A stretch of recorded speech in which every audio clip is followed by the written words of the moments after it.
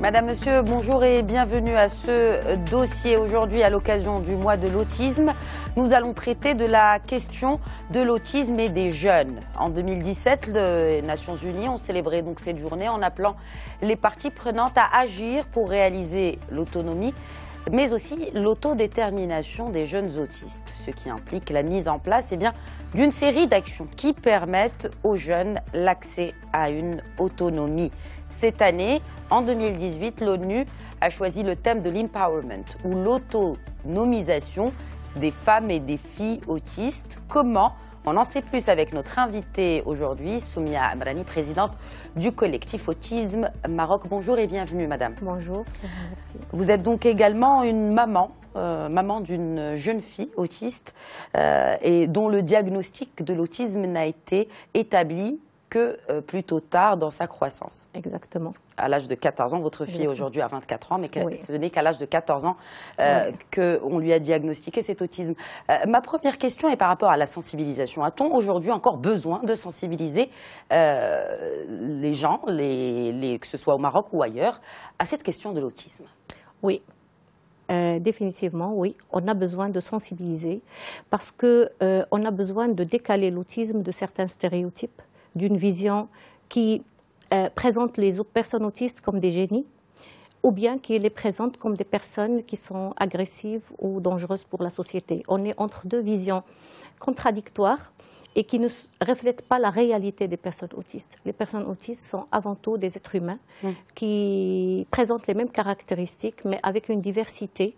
Et cette différence, cette diversité, on doit la prendre en considération et c'est pour ça qu'il faut sensibiliser encore. D'où justement le pins que vous avez sur vous, autiste, je suis différent comme toi. Un des messages justement de sensibilisation par rapport à l'autisme. On parle d'autonomisation ou d'autodétermination. Comment justement peut-on autonomiser, Madame Amrani, les jeunes autistes? L'autonomisation, c'est un concept qui est lié à l'autonomie de choix déjà. Le droit de choisir de sa vie, le droit de déterminer ce qu'on veut dans la vie, de ce qu'on veut faire. Et là, c'est un des domaines sur lesquels il faut travailler dès la petite enfance. C'est-à-dire qu'on ne peut pas parler d'autonomisation après 18 ans. Mais il faut commencer par l'autonomisation dès le plus jeune âge, c'est-à-dire avec une détection précoce de l'autisme, avec un accompagnement éducatif qui a une vision à long terme axée sur la liberté de choix et l'autonomie des personnes. Après, il y a toute une série de dispositifs qu'il faut mettre en place, des dispositifs d'assistance personnelle, mais aussi des dispositifs de formation professionnelle et d'inclusion sociale à travers plusieurs leviers. On a le levier, comme je l'ai dit, de l'éducation, on a le levier de la formation, mais on a également le levier du sport.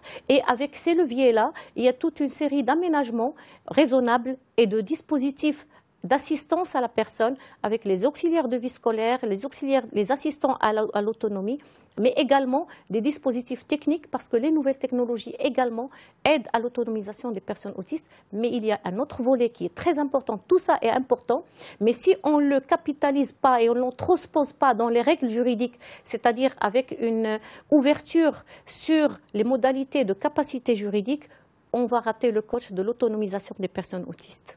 Vous avez parlé de dispositifs et justement, ça m'interpelle moi personnellement. Est-ce qu'on dispose finalement au Maroc d'une partie de ces dispositifs? Vous avez parlé de dispositifs juridiques, il y a aussi de dispositifs humains et matériels bien naturellement. Est-ce qu'on est aujourd'hui équipé pour aider ces jeunes autistes à devenir autonomes? Effectivement, c'est une question très importante et stratégique, effectivement.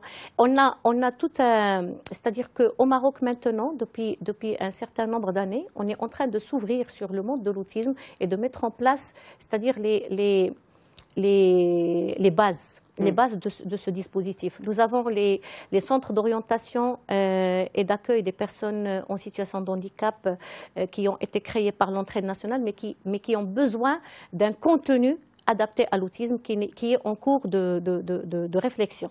Nous avons la caisse de cohésion sociale qui a été mise en place, mais en même temps, autant nous saluons cette initiative financière qui est très importante, qui apporte un soutien aux familles, aux associations, mais également nous pensons que c'est un dispositif qui est perfectible et qui doit s'ouvrir à toutes les...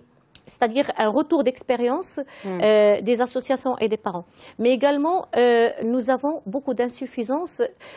Autant l'école est ouverte maintenant, de plus en plus, on a des élèves qui sont à l'école et qui sont en train de réussir leur scolarité, autant on a des limites par rapport aux autorisations d'accès des auxiliaires de vie scolaire, d'autorisation d'accès, mais aussi de formation de ces auxiliaires de vie scolaire, mais en plus de ça, de référentiel de métiers.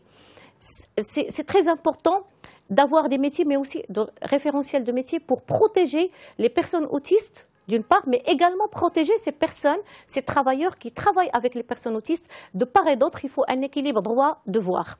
Et tout ça est en chantier. C'est-à-dire que... Depuis quand? En chantier depuis 2015. Depuis 2015. Et donc, il y a tout un travail, tout est ouvert, mais il y a beaucoup encore à faire. Mais qu'est-ce qu'il faut faire justement pour déclencher un mécanisme qui soit effectif, de passer de l'étape de chantier à l'étape supérieure? Il faut que franchement, il faut que les parties prenantes, notamment les autorités publiques, considèrent l'autisme. Par autorité publique, on parle du ministère de la Santé, du ministère de l'Éducation. De l'éducation, des sports, de la jeunesse, de la culture, de la communication, de l'équipement. Tous les départements doivent comprendre que l'autisme n'est pas un problème de santé. C'est un problème de santé publique, certes, mais également c'est un problème de citoyenneté. C'est une question de citoyenneté et que l'autisme rentrent dans leur mission. Il ne faut pas qu'on se dise que la question de l'autisme est une question qui relève du département de la santé. Les personnes autistes peuvent tomber malades, peuvent avoir besoin d'un médecin ou d'un rééducateur, mais elles sont également des citoyennes qui ont besoin d'être éduquées, de participer au sport également, d'être dans la formation professionnelle. Nous avons un problème avec la formation professionnelle, c'est qu'on a des générations de personnes autistes qui n'ont pas les diplômes et les certificats qui leur permettent d'accéder à la formation professionnelle. Et là, on interpelle la formation professionnelle pour revoir les procédures, pour absorber quand même un bon nombre de personnes autistes avant de mettre à plat cette question de la formation professionnelle. Il y a la question aussi du genre. Cette année, donc cette journée mondiale, elle est le mois de l'autisme est célébrée sous le thème de la femme, de l'autonomisation des femmes et des jeunes filles autistes. Est-ce qu'il y a une différence finalement? Est-ce qu'il y a des besoins particuliers des jeunes filles autistes par rapport aux jeunes garçons ou un peu plus Alors, adultes? les jeunes filles autistes, elles sont doublement discriminées. Elles sont discriminées parce qu'elles sont des femmes, comme toutes les femmes. Il y a des problèmes de discrimination qu'on ne peut pas nier. C'est vrai qu'on a évolué par rapport à la question de la femme, mais il reste beaucoup de choses à faire, mais également parce qu'elles sont autistes. Et l'autisme se manifeste parfois de manière différente par rapport aux filles. Alors, la problématique, les gens se plaisent à dire que pour 5 personnes autistes, il y a 4 garçons et une fille.